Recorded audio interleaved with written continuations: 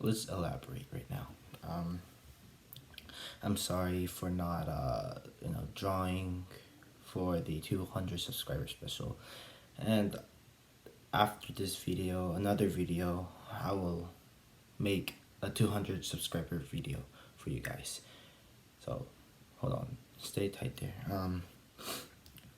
But I kind of I kind of want to talk about 200 subscribers, and from my bottom of my heart, I appreciate it. I'm always thankful for all of you guys cheering me on and supporting me. It really means a lot. I will try my best not to cry in this video. I will try my best.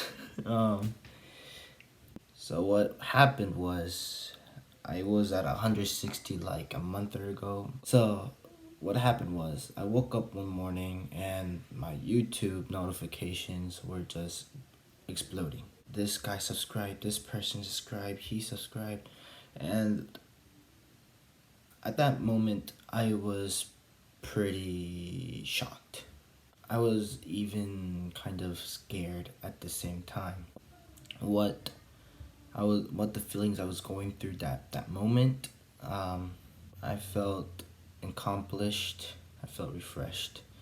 So, again, guys, from my bottom of my heart, I'm really thankful, grateful, and I appreciate everything you guys do. Time and time again, I kind of, lose myself in my, drawings and everything, and I tend to forget, which is a horrible thing, bad thing, that I tend to forget those who have been in the background cheering me on. I tend to forget that a lot of times. But that doesn't mean that I am not ignoring you guys. I tend to forget.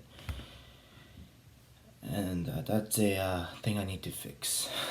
Now, if you guys don't know me, I'm the guy who goes I'm the guy who opposes all of the stereotypes of an Asian. Asians are, I guess, known as the studying type, the very genius type, the smart guys. I am none of that. I am academically stupid. My grades, they suck, right? And so I am not academically smart. And but in this world, you need to be academically smart to be accomplished in life. That's what they would say. So I've been told a lot that I don't really have a future, right? If I did, probably like a low job, a low paid job, which there's nothing against that. But they're like saying you probably get a job that you don't want, and that's been in my heart for a really long time. But around, I think, 2019, actually starting in middle school, like around 7th grade, I found this platform called YouTube. And my very first video was about a history project, and which I uploaded on YouTube. It got 54 views, I believe, around 60, I think, and around 15 likes. To me back then, 54 was mind-blowing. And that's when I fell in love with YouTube and uploading content. That's when I realized I can make my own future. If the world does not allow me to have a future, then I can create my own future, right? And that's when I created my first channel, and I'm not gonna give it away because it is cringy. When I mean cringy, it is like cringy. I gained 54 subscribers on that channel, but there was one mistake that I made, and I used my old school email account to make that channel. And when I moved to a different state, they deleted my email account, which disables me from uploading more videos on that channel. And I just remember, like, my heart was just in pain that I have to leave all that content I made, and I started a new one. And on this channel, I had no idea what I was going to upload. That was until I went into high school. Now, I had a teacher in middle school that had a blue BMW M3. And I think the talk with him got me the start of an interest towards cars. I didn't like cars in middle school. I had no idea what they were, or I know what they were, but like the how do you say it, like the specs and everything. I didn't know any of that till I went to high school, and when I made a lot of friends with grease monkeys. That's when I fell in with supercars, right? Lamborghini, Ferrari, Koenigsegg, Bugatti, name it. I just fell in love with, especially Ferraris and Lamborghinis. I remember one day declaring, going to my friend and say, one day I will own a Lamborghini, a Aventador, and a Ferrari 458 Italia. I remember that. It felt good, because now I have a goal in life to succeed and obtain those two supercars. It's still a dream of mine to own an Aventador and a 458. It's still a dream. That's when I used my art skills to draw cars. At first, I used colored pencil at first, and it wasn't as smooth. I'll show you my very first automobile drawing that I drew, and it's a Dodge, I believe a Dodge Challenger Demon, I believe. So this was my very first car drawing ever.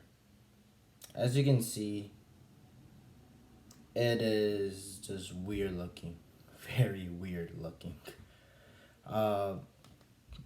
There is no driver in the driving seat, yet the tires are still running around. The stripes, well, they can explain for themselves. Very overall bad. I didn't really like it. At that time, it was like, whoa, masterpiece. And then from colored pencils, I've evolved into alcohol markers. I don't know what car I drew first with alcohol markers, but to give you a big sense of what they look like, now, as you can see, this is a Pagani Hura. I believe, yes, it's a Hura. And my perspective got wackier. As you can see, the wheels are way too big. The rims are way too big, actually too big. The reflections, it looks just weird. But this was my, it's not my first, but it was an attempt with alcohol markers. And as time went on and on, that's when I discovered Instagram. And through Instagram, I found the car community, and I gotta say, best decision I have ever made in my life. And through Instagram, I've left the alcohol markers, and using a Christmas gift I've received from a very awesome teacher. She gave me a watercolor marker set, and oh boy, oh boy, I fell in love with that. And I remember the very first car drawing I used with that watercolor marker was the Nissan Skyline R32 GTR, and I'll show you that one too. Now,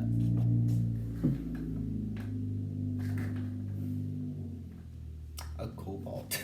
Okay, so the paper is pretty dirty because it's pretty old. It's from December the 24th, 2019, and it is a picture of the skyline. Now, already,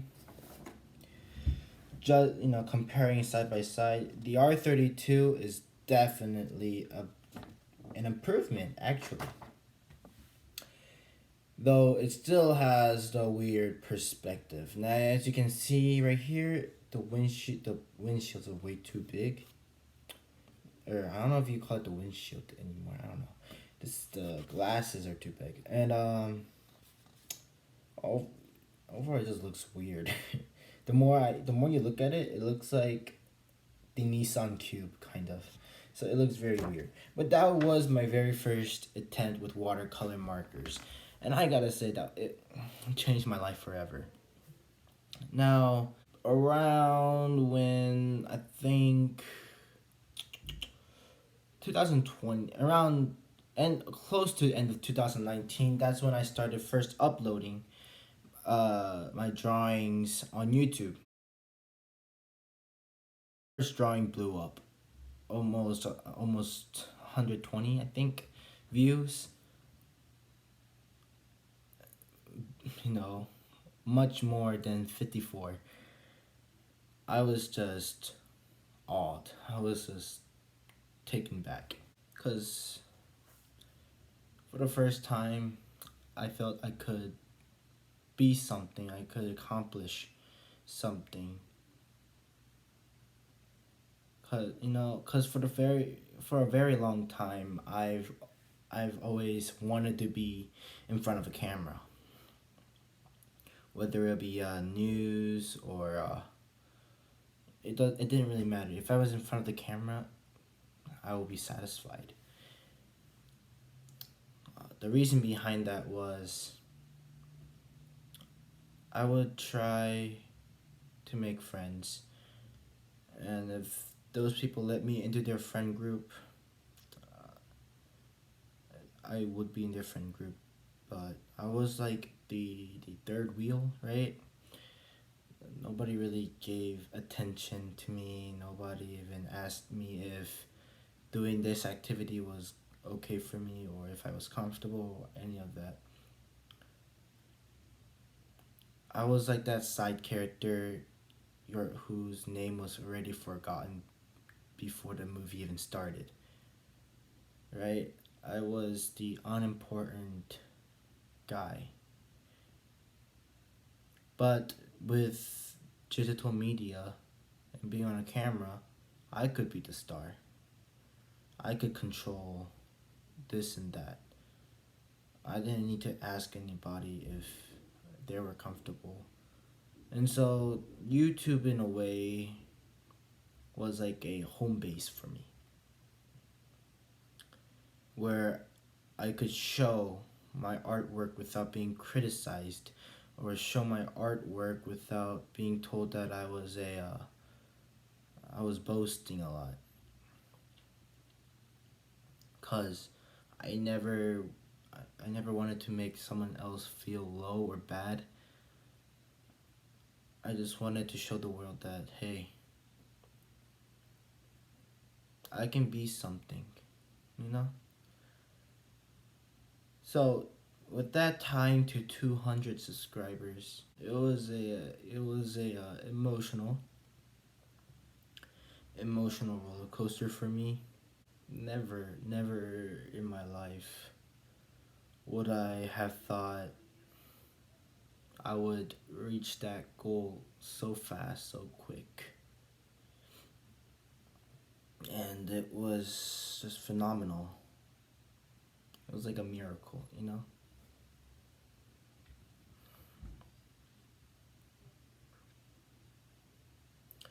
It was it was very extraordinary for me. I Now 200 subscribers do not count as any means as a celebrity level or a famous level, right? But at that moment, that 200 subscriber moment, I felt like a rock star. I felt like a superstar. It meant that 248 people have recognized and encouraged me as an artist. It might not be anything to a couple of 100,000 subscriber YouTubers or a million subscribers YouTubers, but to me that was a emotional moment for me. Act like a that was my brother. If you heard that scream, I kind of act like, "What's up?" What's up?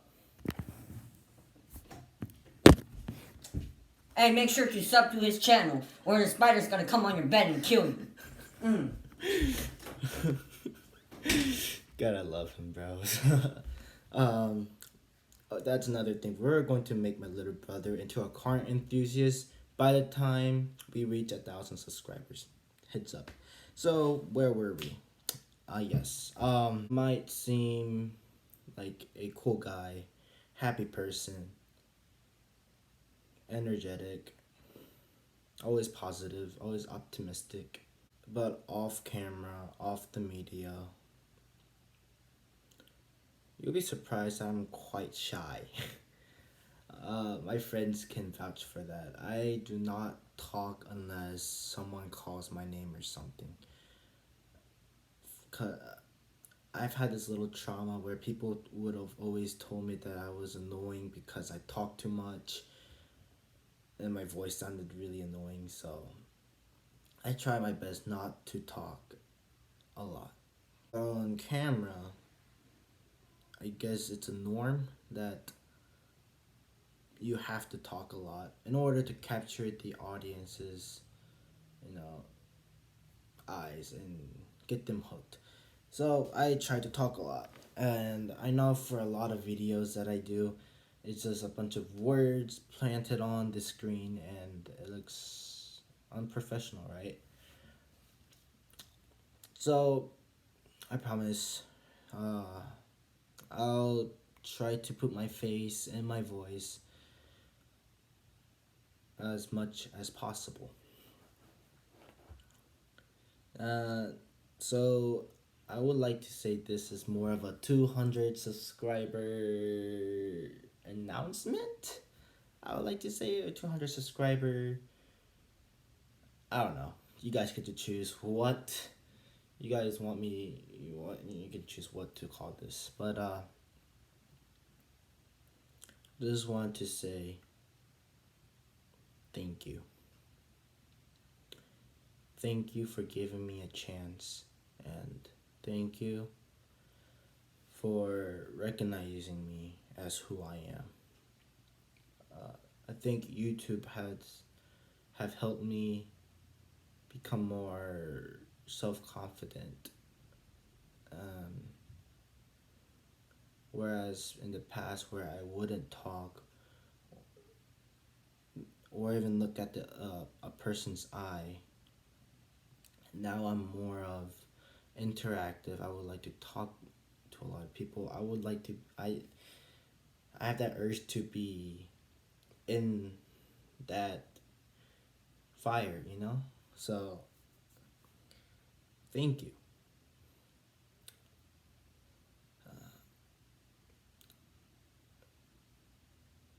Thank you.